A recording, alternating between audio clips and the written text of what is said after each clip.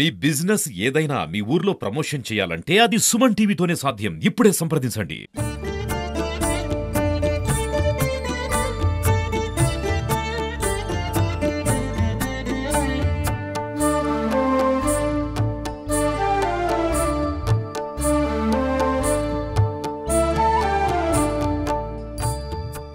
గోదావరి సాగర్ క్షేత్రం అంతర్వేది దివ్యక్షేత్రం ఆధ్యాత్మిక శోభ సంతరించుకుంది. డాక్టర్ బిఆర్ అంబేద్కర్ కోనసీమ జిల్లా సఖనేటిపల్లి మండలం అంతర్వేదిలో లక్ష్మీ నరసింహస్వామి కళ్యాణ మహోత్సవాలకి వేడుకలు జరుపుకున్నట్టు ఘనంగా నెరవేర్చడానికి ఏర్పాట్లు భారీగా జరుగుతుంది. 4వ తారీఖు నుండి ఫిబ్రవరి 4వ తారీఖు నుండి 13వ తారీఖు వరకు ఈ కళ్యాణ మహోత్సవాలు జరుగుతుంది.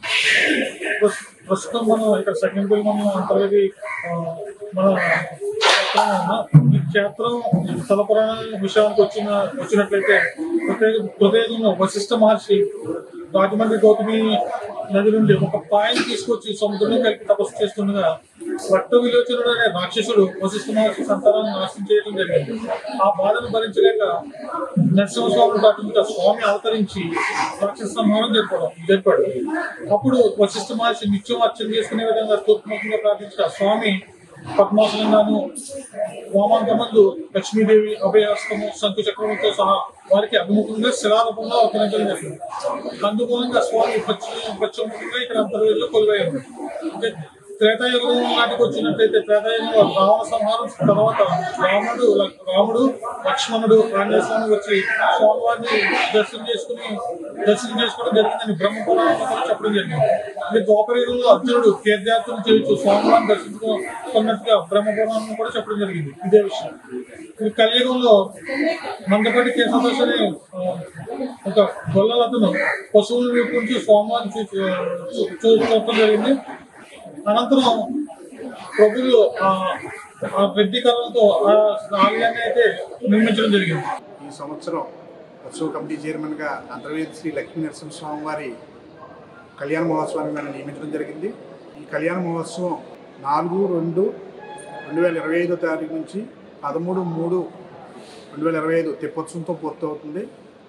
ముఖ్యంగా 7/2/2025 తారీఖున శ్రీ స్వామివారి కళ్యాణం లక్ష్మీ నరసింహస్వామివారి కళ్యాణం అత్యంత వైభవంగా అంగరంగ వైభవంగా కార్యక్రమం నిర్వహించబడుతుంది.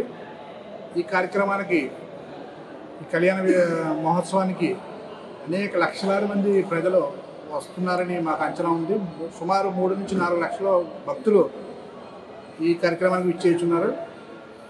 వచ్చేటటువంటి భక్తులకి ఎటువంటి అసౌకర్యాలు లేకుండా గతంలో ఎన్నడూ లేనటువంటి మార్పులు తీసుకురావడం జరిగింది. దేవరప్రసాద్ గారు కానీ కమిటీ సభ్యులు కానీ మేము కానీ ఇక్కడ శానిటేషన్ విషయంలో కానీ గతంలోకి ఇప్పటికి చాలా మార్పులు తీసుకురావడం జరిగింది. అదే రకంగా సముద్ర తీరాన స్నానాలు చేసేటప్పుడు లేడీస్కి గతంలో ఉన్నటువంటి సౌకర్యాలకు ఇప్పటికి మార్పు చేయడం జరిగింది. వాళ్ళ భద్రతకు కానీ సీసీ కెమెరాస్ పర్యవేక్షణ, డ్రోన్ సీసీ కెమెరాల పర్యవేక్షణ, అదేవిధంగా పుష్కరాల ఘాట్ వద్ద కొత్తగా స్పీడ్ బోట్స్ అని రకరకాల ఆహ్లాదకరమైన వాతావరణం భక్తులకు వచ్చే వాళ్ళకి మరిన్ని గతంలో లేనటువంటి పరిస్థితులు ఏర్పాటు చేయడం జరిగింది. భక్తులు వాటర్ సౌకర్యాలకు కానీ ఎటువంటి ఇబ్బంది లేకుండా ఇక్కడ చిన్న చిన్న సమస్యలు కూడా ఏర్పడినప్పటికీ కూడా అవన్నీ కూడా చాలా వ్యూహాత్మకంగా ప్లాన్ చేయడం జరిగింది. అదే రకంగా బస్ స్టాప్ మలికపురం నుంచి డైరెక్ట్గా ఇక్కడ రావడానికి కొన్ని ప్లాన్స్ గతంలో నుంచి ఉన్నాయి. కానీ ఈ సంవత్సరం డైరెక్ట్గా ఇతర ప్రాంతాల నుంచి వచ్చేలాగా అనుకుంటున్నాం. అది సాధ్యమయ్యేలా ప్రయత్నం చేయడం కూడా జరుగుతుంది.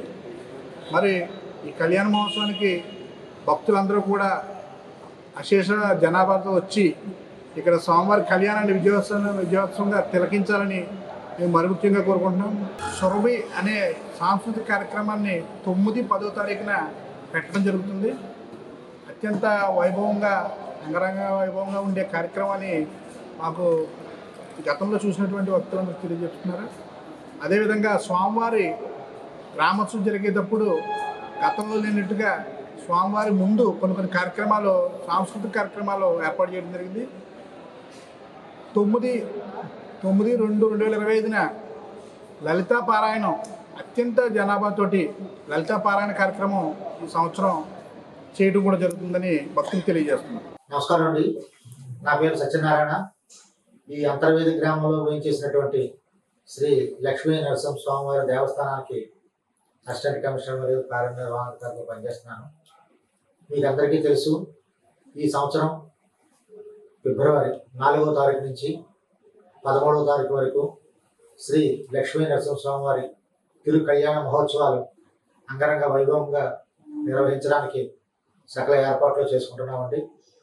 ఈ సందర్భంగా మా కమిషనర్ గారు మరియు జిల్లా కలెక్టర్ గారి ఆదేశాల మేరకు వారి ఇచ్చిన సూచనల ప్రకారం చక్కనైనటువంటి దర్శనం భాగ్యం అందరికీ కలిగించాలనే ఉద్దేశంతో దేవాలయంలో మంచి లైటింగ్ ఏర్పాటు చేసుకున్నాం.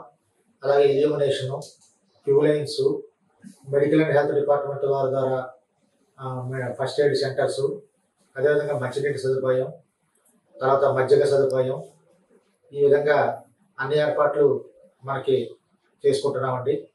ఈ కళ్యాణ మహోత్సవాల సందర్భంగా ముఖ్యంగా 4 భాగాలుగా మనం చెప్పుకోవచ్చు. ఈ 4 క్రతువులు ఏమిటంటే, మొదటిది స్వామివారి కళ్యాణ మహోత్సవం. ఇది 7వ తారీఖున మనకి రాత్రి 12:55 స్వామివారి కళ్యాణ మహోత్సవం జరుగుతుంది. 8వ తారీఖున మరుసటి రోజున స్వామివారి యొక్క రథోత్సవం. అదేవిధంగా 12వ తారీఖున స్వామివారి చక్రవారి, 13వ తారీఖున తెప్పోత్సవం. ఈ కార్యక్రమాలు, ఈ 4 ఈవెంట్స్ కూడా పెద్ద ఎత్తున జరుగుతాయి. దానికి తగ్గట్టుగానే అన్ని ఏర్పాట్లు మేము చేసుకుంటున్నాము. దీనికి సంబంధించి మన కోనసీమ జిల్లాకి కలెక్టర్ గారు అయినటువంటి వారి ఆధ్వర్యంలో మరియు ఆర్డీఓ గారి ఆధ్వర్యంలో కూడా ఈ ఉత్సవ ఏర్పాట్లన్నీ కూడా మేము చేసుకుంటున్నాము. సుమారుగా ఈ ఉత్సవాలు ఈ 10 రోజులకు గాను 4 లక్షల మంది భక్తులు వచ్చి స్వామివారిని దర్శించుకుంటారనే ఒక అంచనా అయితే ఉంది. ఆ అంచనాకి తగ్గట్టుగానే మేము అన్ని ఏర్పాట్లు చేస్తున్నామండి. అందరూ కూడా, భక్తులందరూ కూడా చక్కగా వచ్చి స్వామివారిని దర్శించుకొని తీర్థ ప్రసాదాలు స్వీకరించవలసిందిగా ఈ సందర్భంగా మీ టీవీ ద్వారా కోరుచున్నాను. Thank you.